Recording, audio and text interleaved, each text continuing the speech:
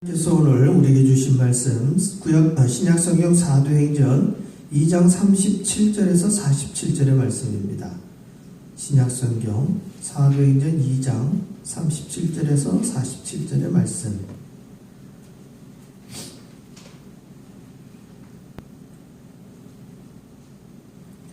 저와 여러분이 가지고 계신 성경책 신약성경 190페이지에 나와 있습니다.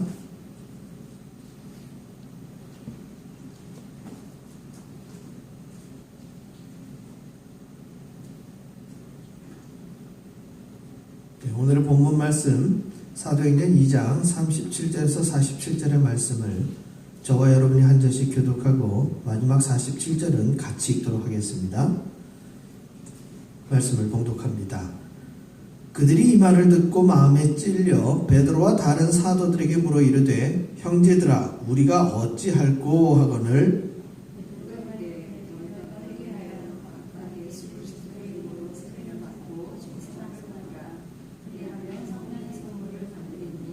이 약속은 너희와 너희 자녀와 모든 먼데 사람 곧 주 우리 하나님이 얼마든지 부르시는 자들에게 하신 것이라 하고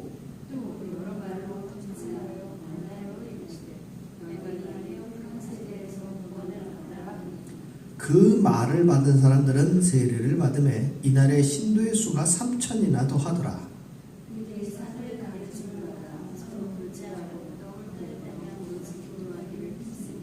사람마다 두려워하는데 사도들로 말미암아 기사와 표적이 많이 나타나니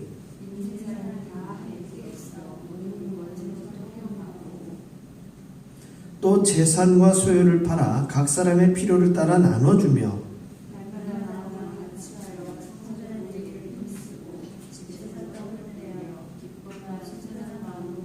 함께 있습니다.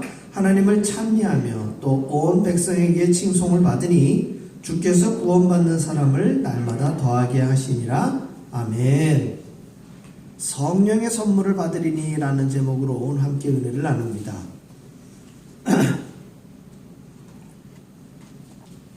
오늘 37절 본문의 말씀 시작할 때 보면 그들이 이 말을 듣고 라고 되어 있어요. 이 말을 듣고.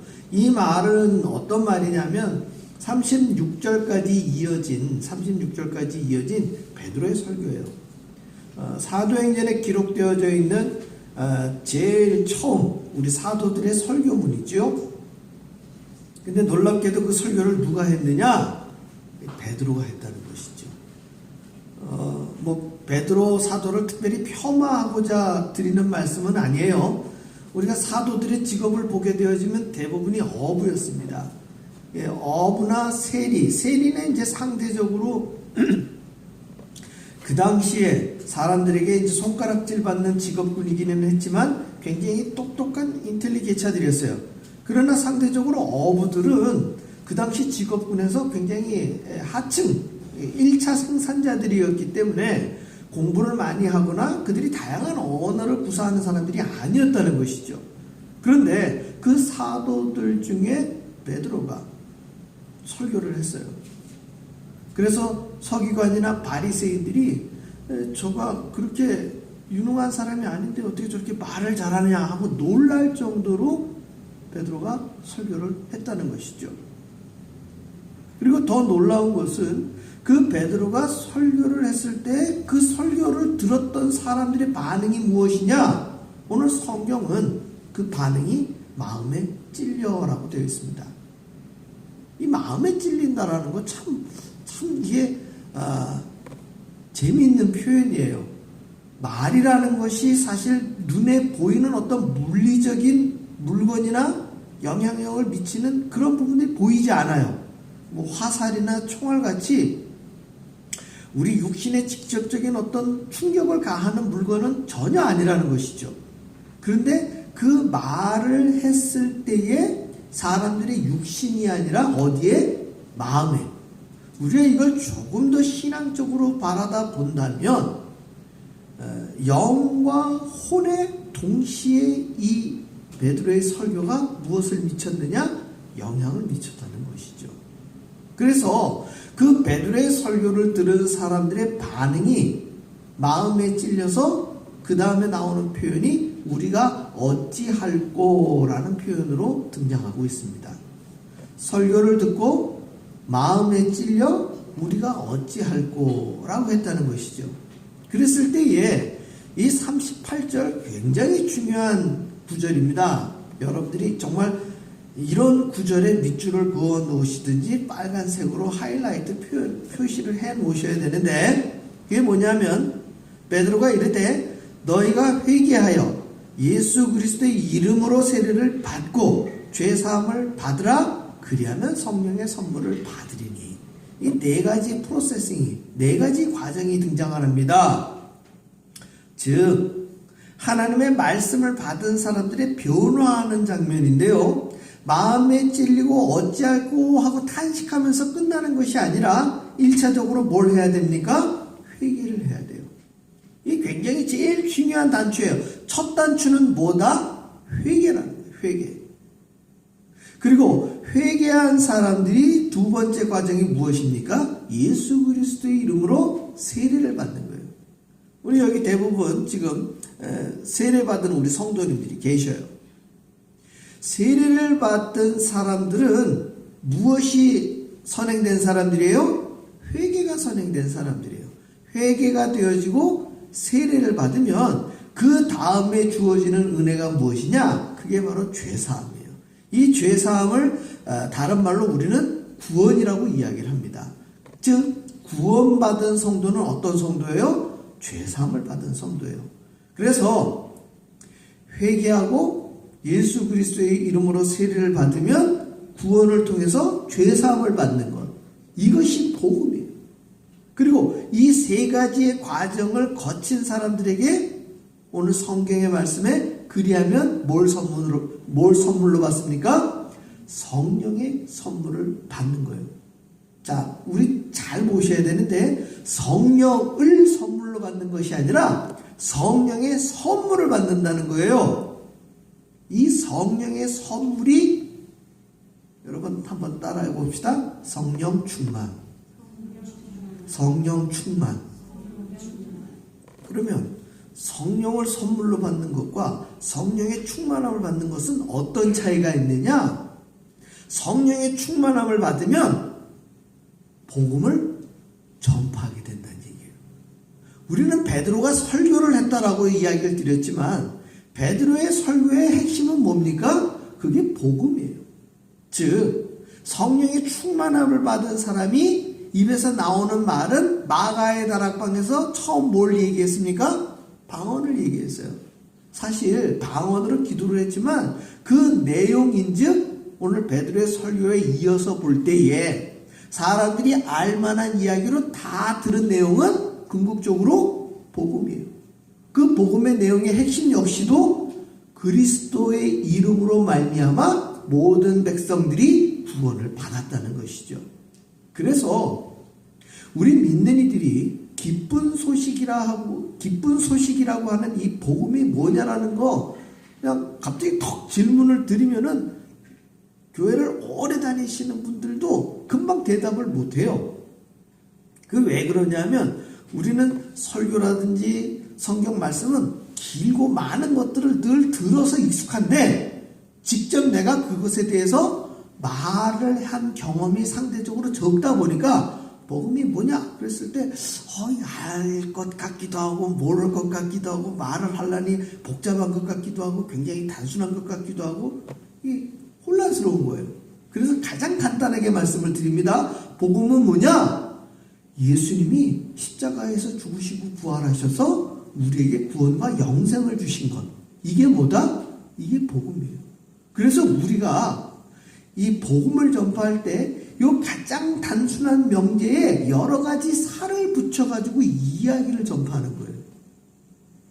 우리 다른 분들한테 예수님을 전할 때 예수님이 저와 여러분을 위해서 죽으시고 부활하셔서 구원과 영생을 주셨습니다. 딱 이야기만 하면 이게 짧아요, 길어요? 되게 짧단 말이에요. 그러면 그거 전하고 나서 서로 얼굴만 이렇게 좀 멀뚱멀뚱하게 보게 되잖아요. 그래서 복음을 전하고 난 다음에 그 가장 핵심적인 내용에 대해서 그 다음에 뭐 하게 돼요? 설명을 하게 되죠. 그래서 그 설명에 대한 내용이 어디에 담겨 있느냐?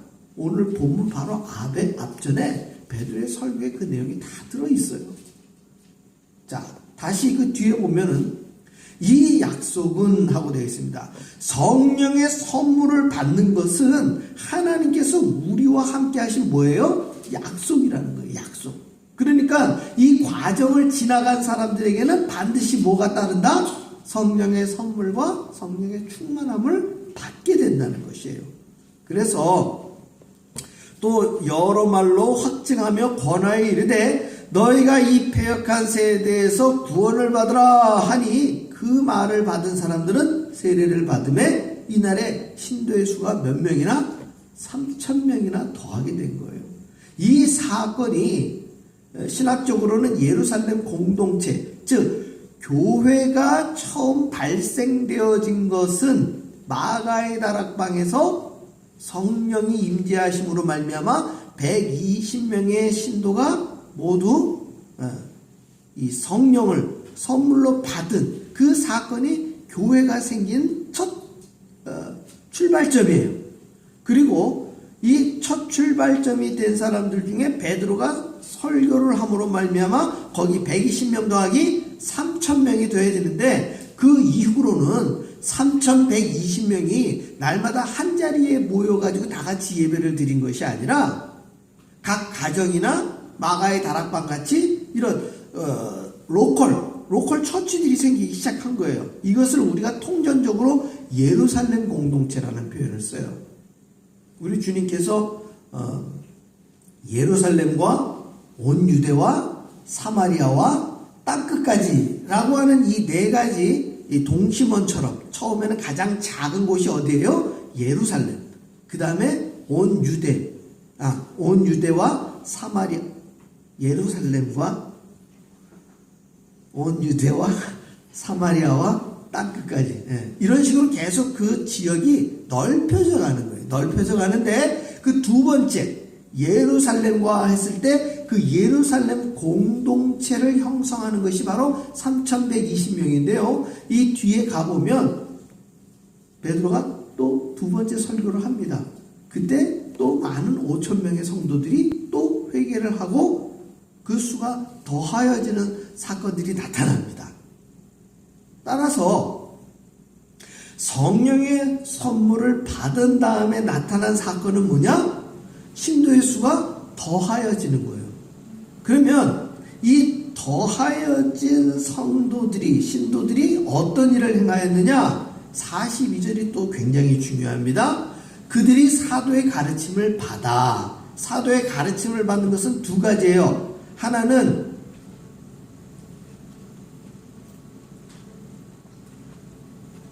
헬라어 케리그마라고 하는데요. 케리그마는 초대교회 사도들이 오늘날의 표현대로 한다면 설교를 하는 거예요. 그런데 그 당시의 설교는 21세기의 목사들이 하는 설교와 조금 다른 것이 초대교회 공동체 안에서 사도들이 설교를 할 때에는 예수님의 말씀을 거의 직접 화법으로 전했어요. 즉 사도 베드로가 나와서 예수님이 말씀하시기를 하면서 예수님이 했던 말을 거의 똑같이 전하는 거예요.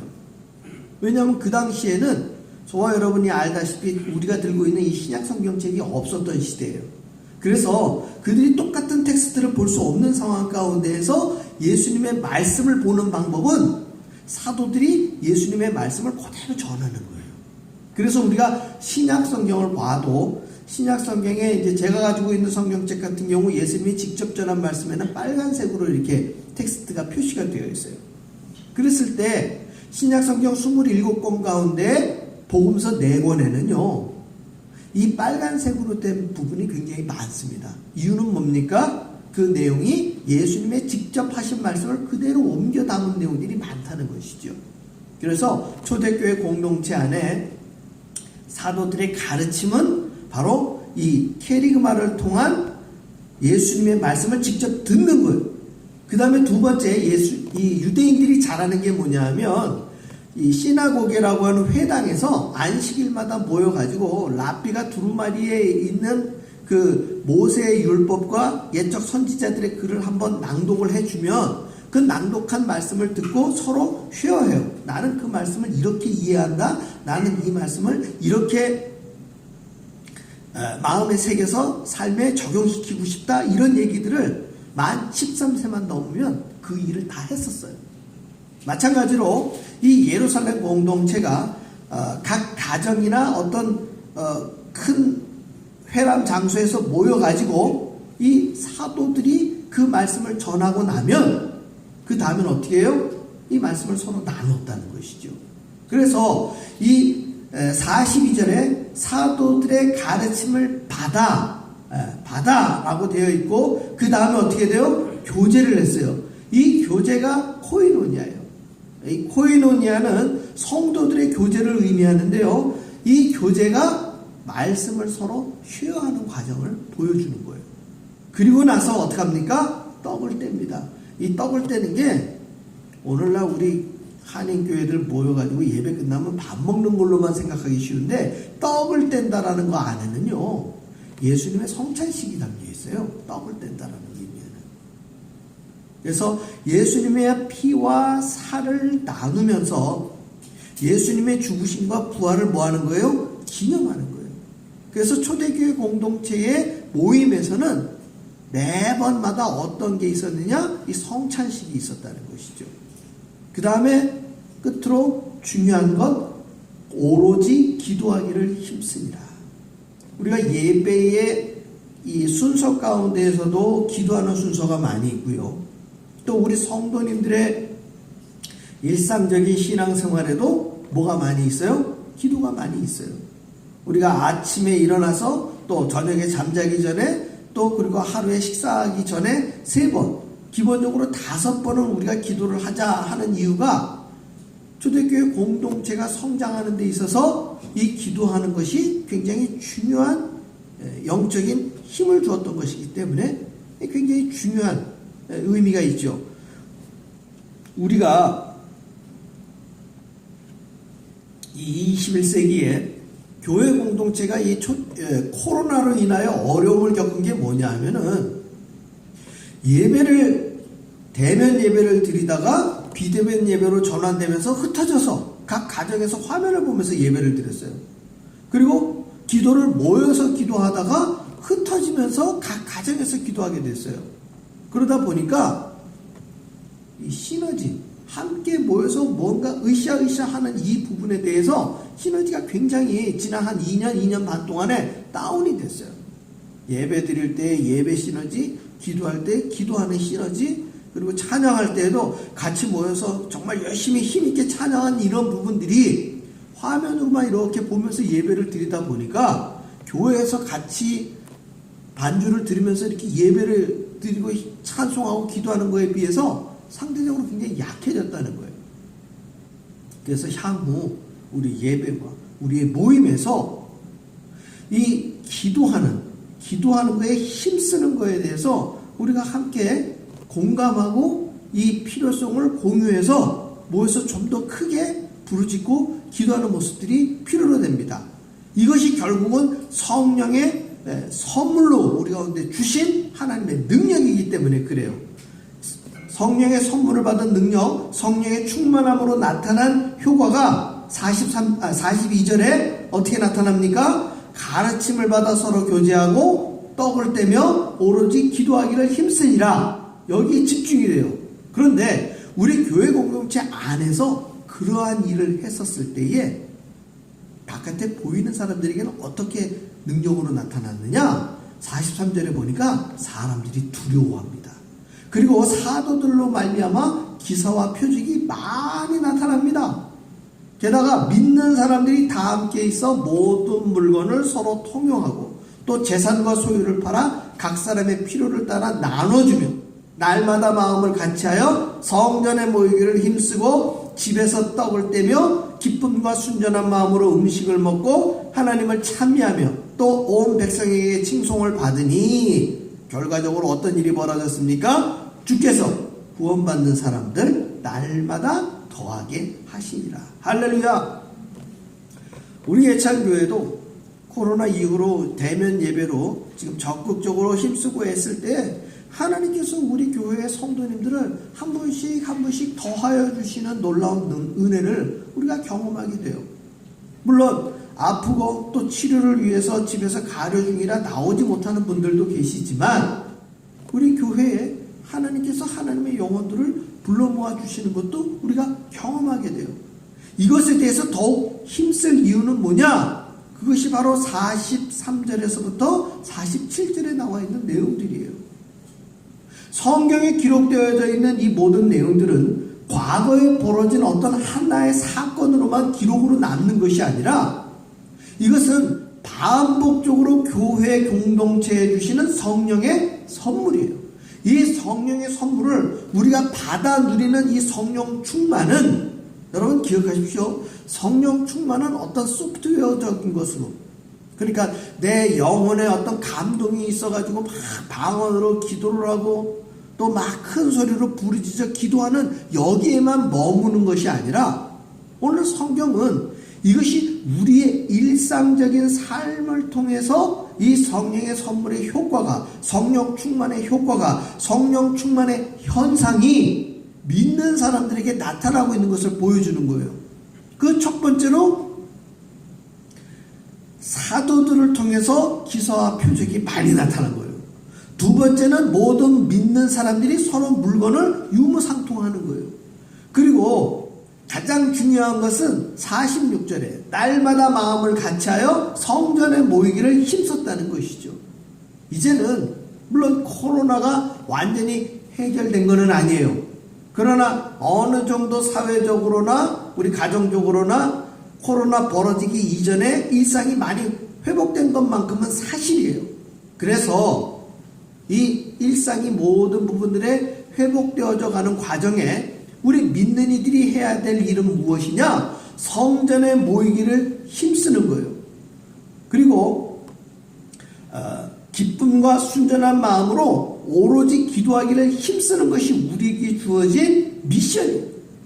이것을 우리가 회복할 때 하나님은 믿는 이들의 수를, 구원받는 사람을 날마다 더하게 하시는 것으로 성경에 결론적으로 나타나 있어요.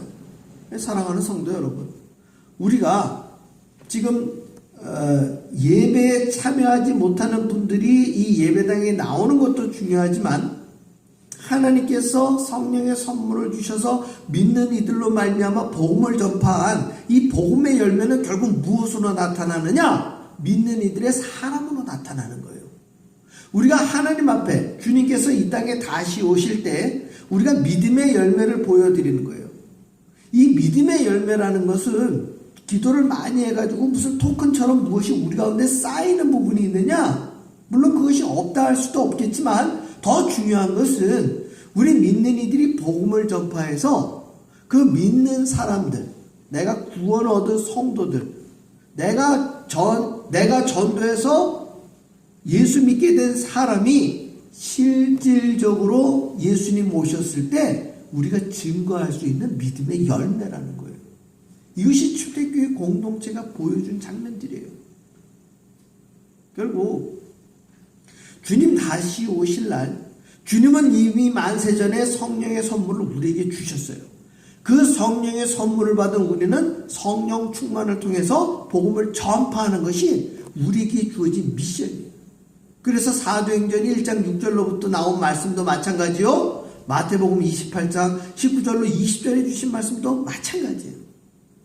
너희가 아버지와 또 아들과 성령의 이름으로 세례를 주고 그들로 하여금 제자를 삼게 하고 그리고 세상 끝날까지 함께 하시는 우리 주님을 믿고 땅끝까지 이르러 복음의 증인이 되는 것이 우리에게 주신 우리 예수님의 라스트 미션이에요.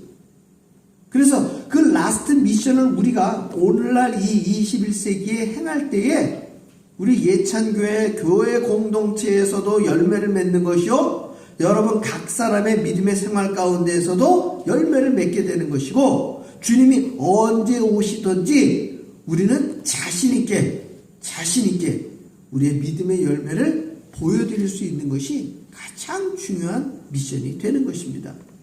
그래서 복음의 열매를 맺는 첫 번째 대상은 누구냐? 가족들이 되는 거예요. 아, 목사님 우리 가족들 다 믿는데요. 그러면 누가 되겠습니까? 친구가 될 수 있고 친지가 될 수 있고 내가 직장에서 만나는 동료가 될 수 있는 거예요.